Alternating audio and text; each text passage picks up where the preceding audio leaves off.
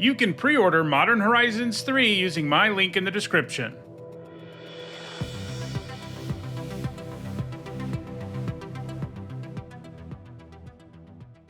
Hi everyone, I'm Nita Hone, and in this video I'm continuing with my Modern Horizons 3 limited set review. I've already covered all the multicolored and colorless cards, and today I'm continuing with white. For each of these cards I'll discuss how good I think they'll be in limited, that means draft and sealed, and I'll punctuate each evaluation with a letter grade. If you're new to my set reviews and unsure of what my letter grades mean, you can find a guide in the description for this video. There are a few important things to keep in mind as I talk about these cards. First, because we're only talking about draft and sealed, I'm only going to be talking about cards that can be found in play boosters. Furthermore, I'm only looking at cards from the main set in this video. Play boosters in this set have a bonus sheet, and I'll be covering those in their own video later on. Second, these are my evaluations of these cards before actually playing with them, since the goal is to have my set review done in time for the pre-release, and that of course means I'll be wrong about some things. However, as the format comes into focus, I'll be doing videos where I discuss how things have turned out. Lastly, I want to let you know that there is a set review related perk for being a channel member or a patron. You'll get access to a spreadsheet with all of my grades once a set review is complete. If that interests you, check out the description where you can find out how to support the channel using one of those methods. Alright, without further ado, let's dive in with a look at all the white cards in Modern Horizons 3. First up, we've got Airy Auxiliary, which for 3 generic and a white is a 3/3 bird soldier at common, and it has flying. And when it enters the battlefield, you support 2, and that means you put a +1/+1 counter on each of up to 2 other target creatures. So this is a really strong common. You spend 4 mana for 5/5 worth of stats, and 3/3 of it has flying, while the other 2 power basically has haste. You do need 2 bodies to fully take advantage of support 2, but that isn't a huge ask, and even if you only get 1 counter out of this, you're still going to feel fine about your investment. This is just a really, really good common. Maybe just white's best common is what we're starting the video with. I'm giving it a B. Next, we've got Ajani Fells the Godsire, which for 3 generic and 2 white is an uncommon enchantment saga. Chapter 1 exiles a creature an opponent controls with power 3 or greater. Chapter 2 creates a 2/1 white cat warrior creature token, then you put a vigilance counter on a creature you control. And Chapter 3 says target creature you control gains double strike until end of turn. We started with a really good common, now we're looking at a really good uncommon. Obviously, paying 5 for just Chapter 1 isn't going to feel insane, but you're usually going to remove something that costs around 5 mana with it, and then you get all this other value, including a real body on turn 2 and a vigilance counter that you can put anywhere. Sure, you can have your 2/1 become the vigilance creature, but if you have something else that can take advantage of vigilance more effectively, you can just put the counter there, and that's pretty likely when you're at that stage of the game. And already I'd be pretty sold on a card. I mean, this is effectively 5 mana, 2/1, vigilance, exile a creature with power 3 or greater. That's an insane card, and while it takes some time to actually deliver all of that value, it does give it to you, and then on top of that you get a turn with double strike on one of your creatures, which is also likely to be pretty formidable. Even if you're only making your 2/1 into a double striker, you're going to have a pretty good attack. This is just great. It's an easy 2-for-1, giving it a B+. Next, we've got Argent Deus, which for 1 generic and a white is a rare artifact. When it enters the battlefield, it does with 2 oil counters on it. And whenever 2 or more creatures attack, you put an oil counter on it, and 2 generic, and tap it and remove 2 oil counters from Argent Deus and exile another target non-land permanent. Its controller draws 2 cards. Well, we can't have all the white cards be really good, and this one seems super awkward. It does get oil whether you're the attacker or not, but its ability just isn't useful a lot of the time. You need to either give up something you don't want to draw cards, or your opponent has something so good you don't care if they draw 2 cards. Those things can happen in a game of Magic for sure, but I don't think it's often enough for this to see play consistently, giving it a D. Next up, it's Charitable Levy, which for 1 generic and a white is an uncommon enchantment. Non-creature spells cost 1 generic more to cast, and whenever a player casts a non-creature spell, put a collection counter on Charitable Levy. Then if there are 3 or more collection counters on it, sacrifice it. If you do, draw a card. Then you may search your library for a Plains card, put it on the battlefield tapped, and then shuffle. This is another awkward symmetrical card. The tax has a chance to hurt you just as much as it hurts your opponent, and additionally, you're far from guaranteed to get enough collection counters for this to do its thing. If you can get to the point where you can draw and grab a Plains, it will feel like an okay deal for 2 mana, but this will do very little or actively hurt you before you reach that point. I think this is a D. Next, we've got Dog Umbra, which for 1 generic and a white is a common enchantment aura with flash and enchant creature. As long as another player controls enchanted creature, it can't attack or block. Otherwise, Dog Umbra has Umbra Armor. This is the new name for what used to be Totem Armor, and it means if enchanted creature would be destroyed, instead remove all damage from it and destroy this aura. This is a neat design. It's either pacifism with flash or a way to protect your creature from removal at instant speed. One of those modes is likely to help you, and the flexibility probably does enough for me to look at this as premium removal, giving it a B-. Next up, it's Envoy of the Ancestors, which for 2 generic and a white is a 2/3 human cleric at uncommon. It has Outlast for 1 white, and that means you can pay 1 white and tap it to put a +1/+1 counter on it, but you can only do it at sorcery speed. And modified creatures you control have lifelink. So once you outlast this, it becomes a 3/4 with lifelink, and in white there's a good chance that the Envoy will immediately give lifelink to at least one of your other creatures when it comes down. And obviously you can just keep sinking mana into this if it just isn't big enough to attack, and eventually it will be. I'm giving this a B-. Next up, it's Essence Reliquary, which for 2 generic and a white is an uncommon artifact. You can tap it and return another target permanent you control and all auras you control attached to it to their owner's hand. Activate only during your turn. I don't think this is very good. You can use it to rebuy into the battlefield abilities, but you actually can't use it to save your creature from removal most of the time, because your opponent can just wait to do it during their turn. It is interesting with the modal double-face lands in the set, because sometimes you'll have a land in play that you can return to your hand and then cast as a spell, but it seems like a lot of the time this just isn't going to do enough to be worth a card, and playing it is a huge liability since it doesn't really do anything on its own. It's probably an F. Next up, it's Expel the Unworthy, which is 1 generic and a white for a common sorcery. It has Kicker for 2 generic and a white, and that means you can pay that additional cost as you cast it. Choose target creature with mana value 3 or less. If this spell was kicked, instead choose target creature. Exile the chosen creature, then its controller gains life equal to its mana value. 2 mana to exile a 3-drop is a good deal, and in the late game you can pay 5 to have this deal with anything. It's pretty funny to compare this to Swords to Plowshares, by the way. But anyway, I think the unkicked version is narrow enough and the kicked version is expensive enough that it's not quite premium, but it is a nice common, giving it a C+. Next up, it's Flare of Fortitude, which for 2 generic and 2 white is a rare instant. You can sack a non-token white creature rather than pay the spell's mana cost, and until end of turn your life total can't change, and permanents you control gain hexproof and indestructible. Cards that just purely give your board hexproof and indestructible don't tend to fare very well in Limited, and adding the hexproof for yourself probably isn't enough for this to be worth it in Limited very often. Even when it's free sometimes, I think it's a D. Next up, it's Glyph Elemental, which for 1 generic and a white is a 2/2 enchantment creature elemental at uncommon. It has Bestow for 1 generic and a white, and that means if you cast it for its Bestow cost, it's an aura spell with enchant creature. It becomes a creature again if it's not attached. In other words, if this is an aura that you put on something and that creature dies, you do get this creature on the battlefield. It has Landfall. Whenever a land enters the battlefield under your control, put a +1/+1 counter on Glyph Elemental. Enchanted creature gets +1/+1 for each +1/+1 counter on Glyph Elemental. This looks really good. If it was always a creature, I'd still be pretty pumped about it, but Bestow is some serious upside. It means you can put this effect on something else, and if your opponent ever deals with that creature, you still have the Elemental, and because of how this card is worded, it's going to hold on to those +1/+1 counters even if your opponent kills the creature that it's enchanting. So that's pretty insane because it means you're going to have this huge elemental sitting around after they kill the other creature. Sometimes you get it late and you can't buff it and stuff like that, and you can't hit land drops, but it's insane on turn 2 and pretty good all game long, giving it a B. Next up, we've got Guardian of the Forgotten, which for 3 generic and a white is a 4/4 Elephant Warrior at uncommon. It has Vigilance, and whenever a modified creature you control dies, manifest the top card of your library. I'll read the reminder text here because it explains both of these mechanics. It says, equipment, auras you control, and counters or modifications. To manifest a card, put the top card of your library onto the battlefield face down as a 2/2 creature. Turn it face up at any time for its mana cost if it's a creature card. A 4-mana 4/4 with Vigilance is a nice starting point, and sometimes this will give you a 2/2 when one of your creatures dies. Now, the creature has to be modified, and it has to die while the Guardian is around, so I wouldn't expect to trigger that all the time, but it will work out often enough. I'm giving it a C+. Next up, it's Guide of Souls, which for 1 white mana is a 1/2 human cleric at uncommon. Whenever another creature enters the battlefield under your control, you gain 1 life and get an energy counter. Whenever you attack, you can pay 3 energy, and when you do, you put 2 +1/+1 counters and a flying counter on target attacking creature. It becomes an angel in addition to its other types. This is the most pushed Soul Warden ever. The energy ability here is amazing. It makes virtually any creature into a threat, and keep in mind, the guide itself doesn't have to attack to trigger that ability. So, the fact that the Warden itself gives you energy, and you're likely to have other energy cards around too, makes this card amazing. If you play it early, it's likely to get you to that 3 energy if it sticks around, and if you play it late, there's a good chance you already have the energy to reap the benefit immediately.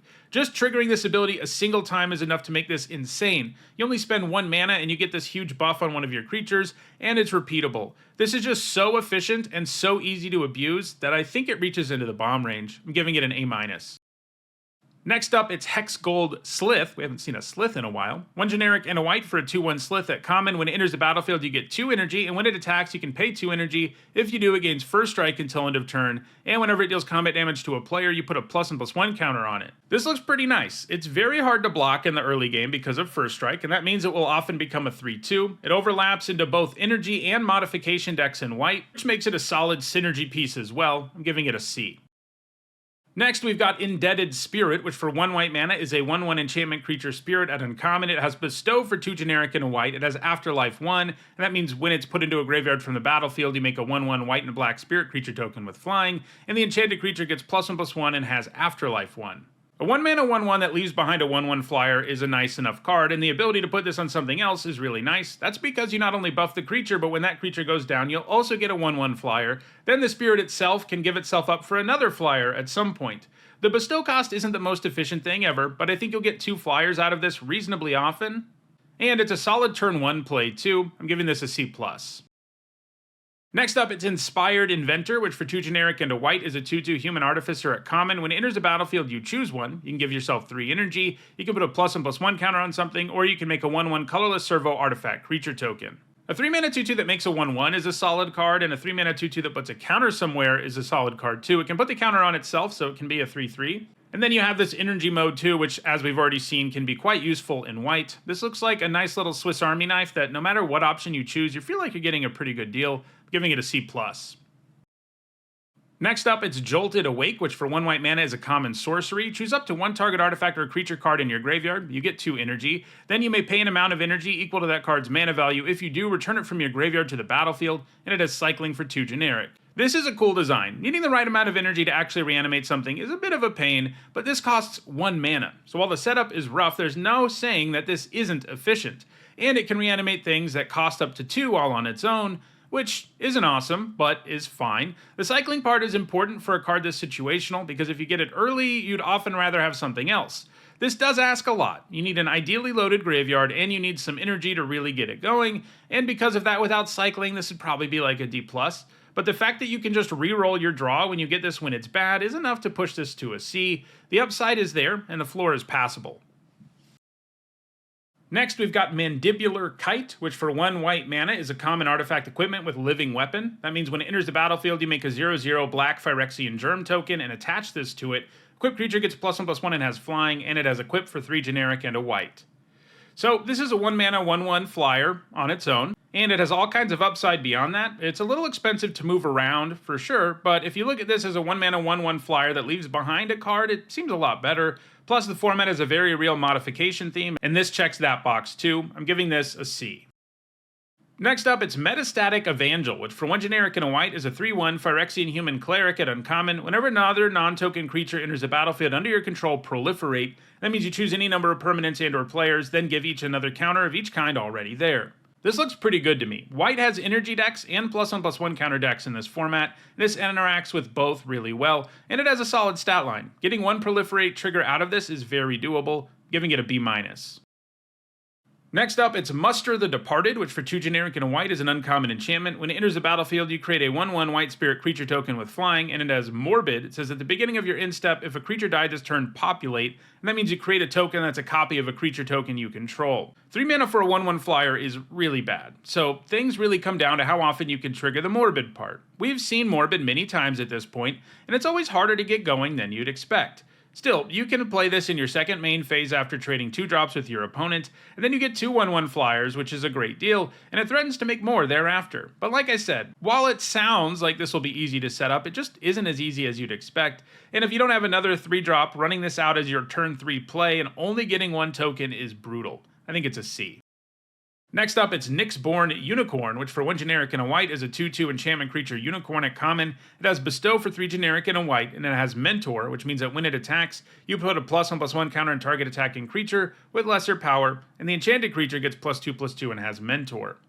A 2-mana 2/2 with Mentor is a card I'd play 100% of the time in white decks, so mixing the Bestow upside in is a big deal. This is another Bestow creature where you're likely to run it out on 2 when you have it, but when you get it late, the Bestow gives you an interesting alternate mode. This also goes great with the +1/+1 counter stuff in this set. I'm giving this a B-.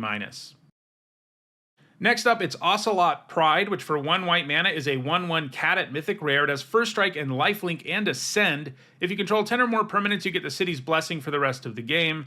At the beginning of your end step, if you gain life this turn, create a 1/1 white cat creature token. Then if you have the City's Blessing, for each token you control that entered the battlefield this turn, create a token that's a copy of it. A 1-mana 1/1 with First Strike and Lifelink is already a pretty spicy card in a set with lots of counters and other ways to increase stats, and the Pride can obviously get its own Lifelink payoff going. If you've played with the City's Blessing before, you probably know that it happens by the mid-game most of the time, and obviously if you can get some tokens out of this, it might happen even faster. It does get a lot better with other life gain in the mix, and while it's not a massive theme in the set, there are cards in this set that gain you life. This looks really good overall. If you play it on 1 and you're on the play and your opponent can't stop it, things are just going to snowball. It does get worse the later the game goes on, but it's still a pretty relevant card overall, thanks to those keyword abilities, and thanks to working with other lifelink.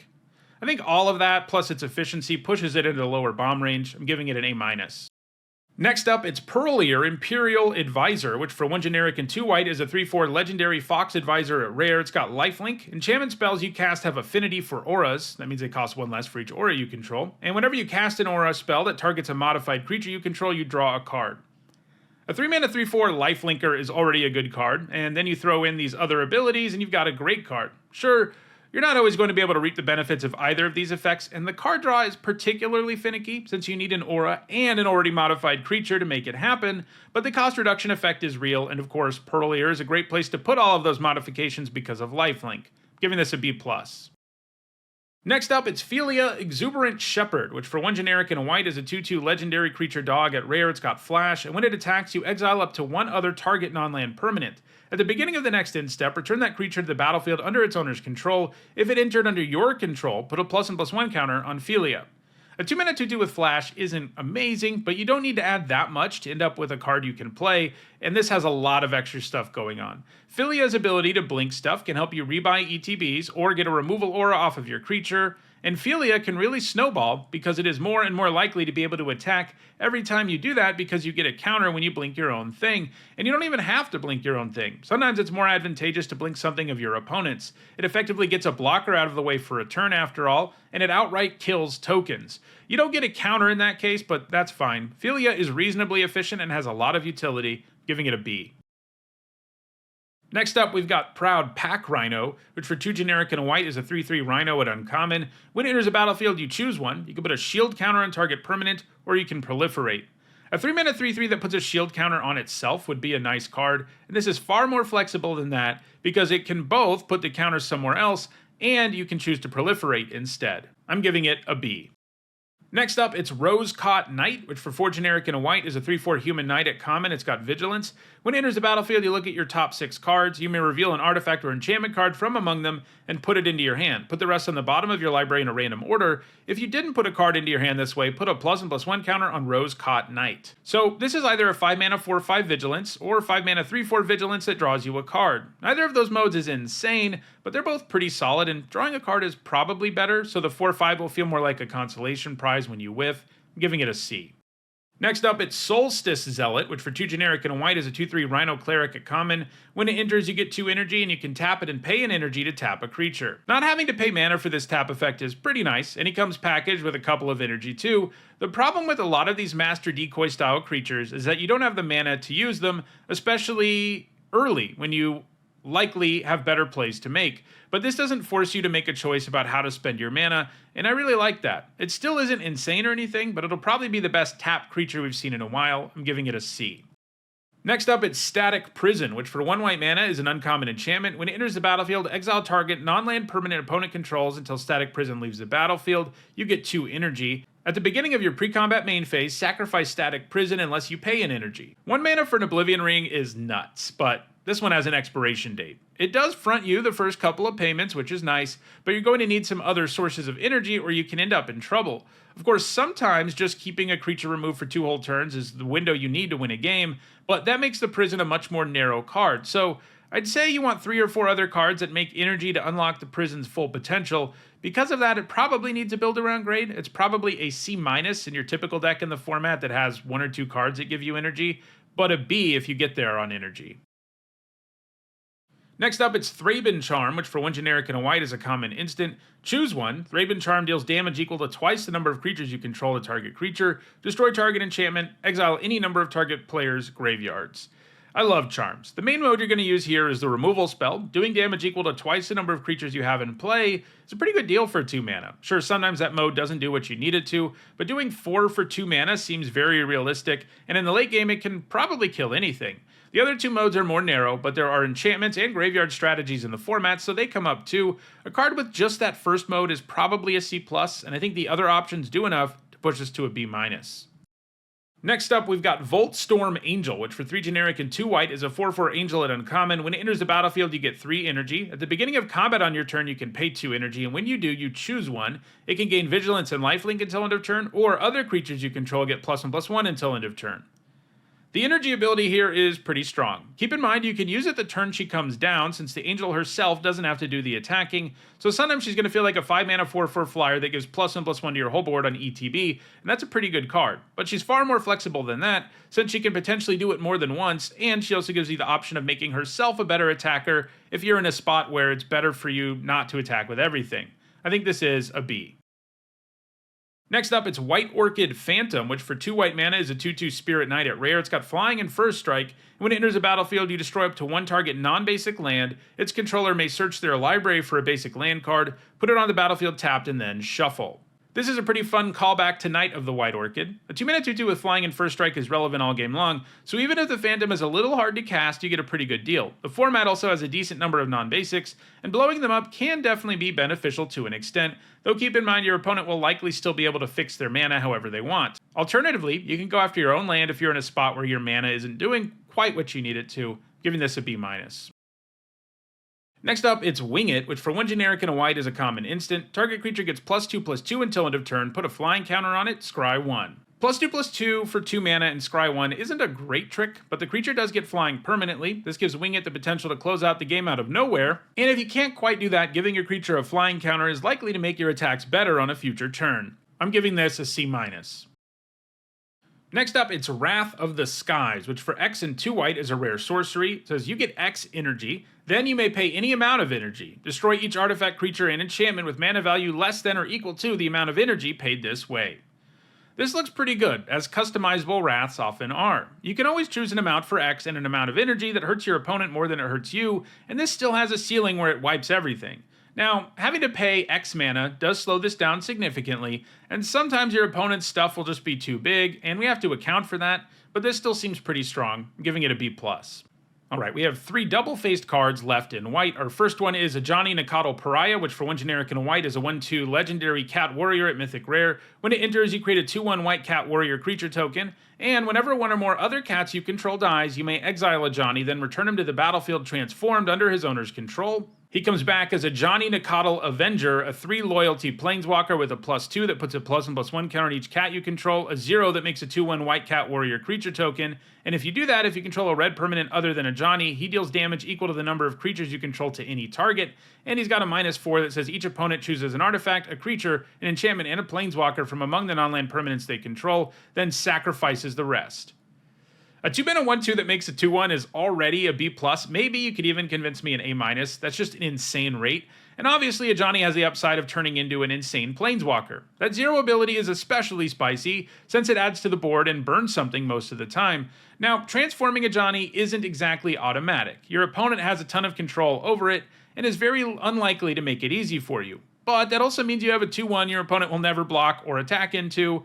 The best way to pull this off is to have your own sacrifice effects, which is doable, but also not automatic. Still, the baseline here is nuts, and the ceiling is a planeswalker that makes a bunch of creature tokens, can potentially buff a bunch of your board, and has a game-breaking ultimate.